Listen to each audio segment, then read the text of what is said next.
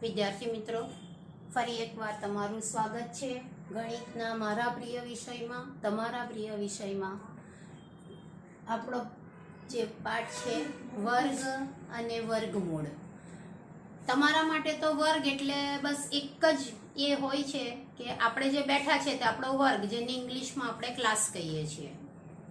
પરંતુ ગણિત અને એની ભાષા અને એની વ્યાખ્યા કંઈક અલગ જ હોય છે. વર્ગ એટલે શું અને વર્ગમૂળ એટલે શું એ આપણે આજના પ્રકરણમાં શીખીશું. કોઈ પણ સંખ્યાને આપણે 2 વખત ગુણીએ તો આપણે તેનો વર્ગ કર્યો છે એમ કહી શકાય. હવે હું એક તમને સવાલ પૂછું કે એક વિદ્યાર્થીનીને હું એક ચોકલેટ આપું છું તો મારા પાસે કેટલી ચોકલેટ હશે? તો તમે એકદમ સિમ્પલી મને જવાબ આપશો કે ટીચર 1. 2 વિદ્યાર્થીનીઓને 2 ચોકલેટ આપું છું તો એનો જવાબ આવશે 4. 3 વિદ્યાર્થીનીઓને 3 ચોકલેટ આપું છું તો મારા પાસે હશે 27. આવી રીતે આપણે એ જ સંખ્યાને એક જ સંખ્યાને તે જ સંખ્યા વડે ગુણીએ તો આપણે વર્ગ કર્યો એમ કહેવાય. અને જે આપણને જવાબ મળે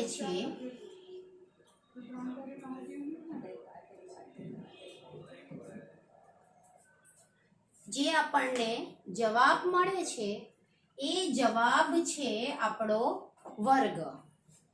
ખ્યાલ આવે છે વિદ્યાર્થી મિત્રો? હવે આપણે વિચારીશું કે એને ગણિતની ભાષામાં કઈ રીતે લખી શકાય. તો કે એકના જમણી બાજુ પર સેજ ઉપર નાના અક્ષરે આપણે 2 લખીશું તો એને કહેવામાં આવશે 1 નો વર્ગ અને ઇંગ્લિશમાં કહેવાશે 1 સ્ક્વેર. બરાબર? એવી જ રીતે 2 નો વર્ગ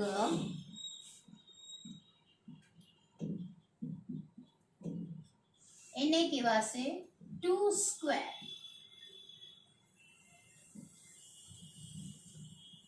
બરાબર?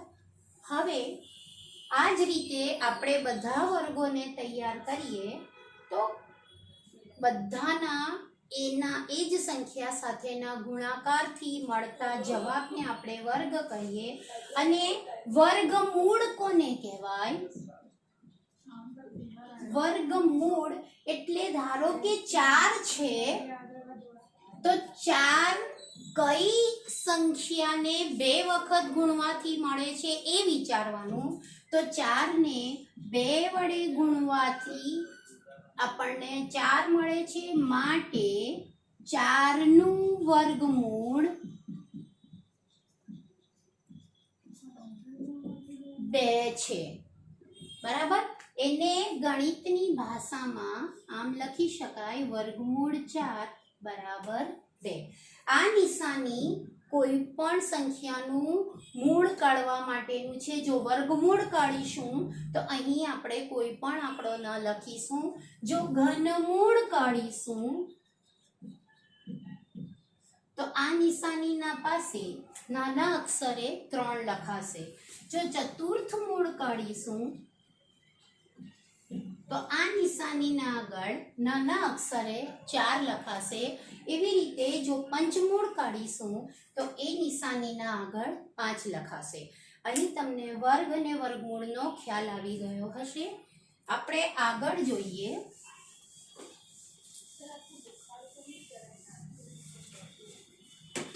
જો વર્ગ કરીએ છીએ તો એક પેટર્ન જોતા જઈએ. સંખ્યા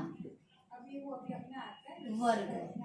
1 નો વર્ગ કરીએ તો 1, 2 નો કરીએ 4, 3 નો કરીએ તો 9, 4 નો કરીએ તો 16, 5 નો કરીએ તો 25, 6 નો કરીએ તો 36, 7 નો કરીએ તો 49, 8 નો કરીએ તો 64, 9 નો કરીએ તો 81, 10 નો કરીએ તો 100. હવે આમાં રિપીટ થતી પેટર્ન વિશે વિચારીશું કે શું છે. જો સંખ્યાનો એકમનો અંક 1 હોય તો એનો વર્ગ કરતા મળતી સંખ્યા 1 આવશે.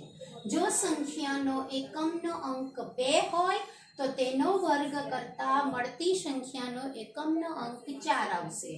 તો આ રીતે 3 હોય તો 9 આવશે. હવે અહીંયા જુઓ 4 છે તો એકમનો અંક તો એક જ આંકડો આવે, બે આંકડા નહીં આવે. એટલે જો 4 હોય તો એકમનો અંક ફક્ત આપણે 6 ને પકડીને ચાલીશું. 6 અહીંયા એક જ આવે છે, અહીંયા એક જ 4 આવે છે, અહીંયા 9 આવે છે, અહીંયા 5 આવશે, અહીંયા 6 આવશે, અહીંયા 9 આવશે, અહીંયા 4 આવશે, 1 અને 0. તમે જોઈ શકો છો કે 1 બે જગ્યા પર આવે છે. એક તો એકમનો અંક 1 અને 9 હોય ત્યારે તેનો વર્ગ કરતા મળતી સંખ્યાનો એકમનો અંક 1 આવશે. બરાબર. એવી જ રીતે જો એકમનો અંક 2 હોય અને 8 હોય તો એના અંદર પણ આપણને 2 વખત 4 મળે છે. એવી જ રીતે 9 પણ 2 વાર આવે, બરાબર, 6 પણ 2 વાર આવે. હવે 5 એક એવો અંક છે કે જેમાં ફક્ત અને ફક્ત એકમનો અંક 5 હોય તો જ વર્ગ કરીએ તો 5 મળે, અને જો 0 હોય તો વર્ગ કરીએ તો 0 મળે. બરાબર.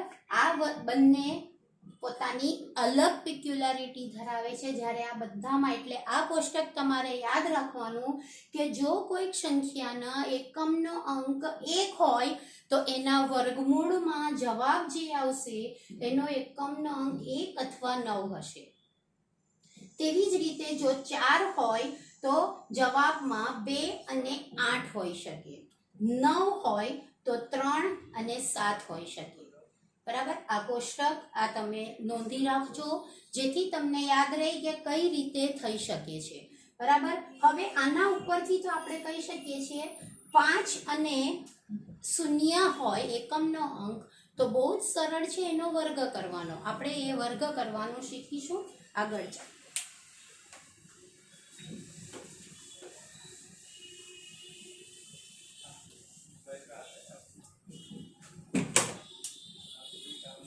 જો આપણે 10 નો વર્ગ કરીશું તો 10 ગુણ્યા 10 એટલે થશે 100. 100 નો વર્ગ કરીશું તો 100 ગુણ્યા 100. 1000 નો વર્ગ કરીશું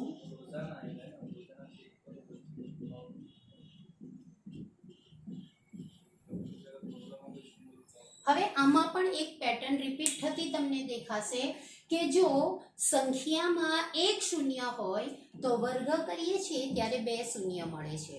જો 2 શૂન્ય હોય તો વર્ગ કરીએ છીએ ત્યારે 4 શૂન્ય મળે છે. જો 3 શૂન્ય હોય તો વર્ગ કરીએ છીએ ત્યારે 6 શૂન્ય મળે છે. એટલે જેટલા શૂન્યની સંખ્યા હોય એને આપણે 2 વડે ગુણવું પડે તો આપણને ડાયરેક્ટ જવાબ મળી જાય. ધારો કે આપણા પાસે છે 200 તો 200 નો વર્ગ કરવાનો હોય તો 2 દુ 4 અને 1 2 3 અને 4 મીંડા એના પર આવશે કારણ કે 200 ના પાસે 2 મીંડા છે.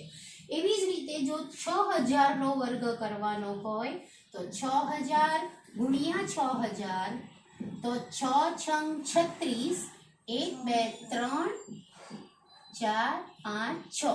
જો આટલી મોટી સંખ્યાનો વર્ગ તમે બહુ સરળતાથી કરી શકો છો. આના માટે તમારે નોટબુકમાં પાછળ જવાની કે રફમાં કામ કરવાની જરૂર નથી. એકદમ સરળતાથી તમે આ વર્ગ શોધી શકો છો.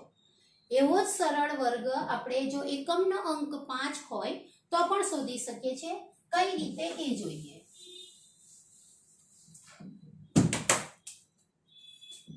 તમે જાણો છો કે 5 નો વર્ગ કરીએ તો 25 આવે. તો 15 નો વર્ગ કરવો હોય તો શું જવાબ આવશે? તો 15 ના વર્ગ માટે આપણે એવું કરીશું કે પહેલા 5 નો વર્ગ કરી નાખીએ તો એનો જવાબ આવ્યો 25 અને એક પછી આવતી સંખ્યા વિચારીએ તો 2. એક પછી આવતી સંખ્યા 2 અને 1 ગુણ્યા 2 કરીશું એટલે જવાબ આવશે 2 એકા 2. તો અહીંયા જવાબ થઈ જશે તમારો 225. સમજ પડી? ખ્યાલ આવ્યો? ફરી એકવાર જુઓ. જો એકમનો અંક 5 હોય તો તમારે જવાબમાં પહેલા 25 તો લખી જ દેવાનો છે અને એના આગળ દશકમાં કઈ સંખ્યા છે તે વિચારવાની અને એ સંખ્યા પછી તરત આવતી સંખ્યા વિશે વિચારવાનું. એ બંને સંખ્યાનો ગુણાકાર કરવાનો અને એનો જવાબ અહીં લખવાનો. હું એ લખું છું, એકવાર નોટ કરી લેજો. જો કોઈ સંખ્યાનો એકમનો અંક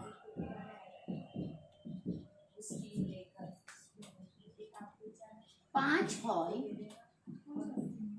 તો જવાબમાં એકમના સ્થાન પર 25 લખવું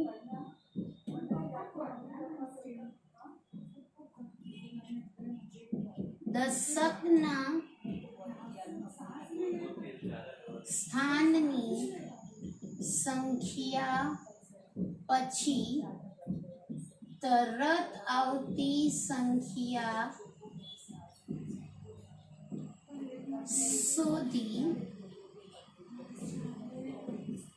બંનેનો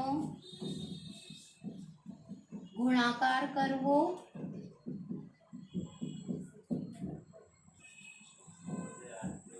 જે જવાબ આવે તે નીચેના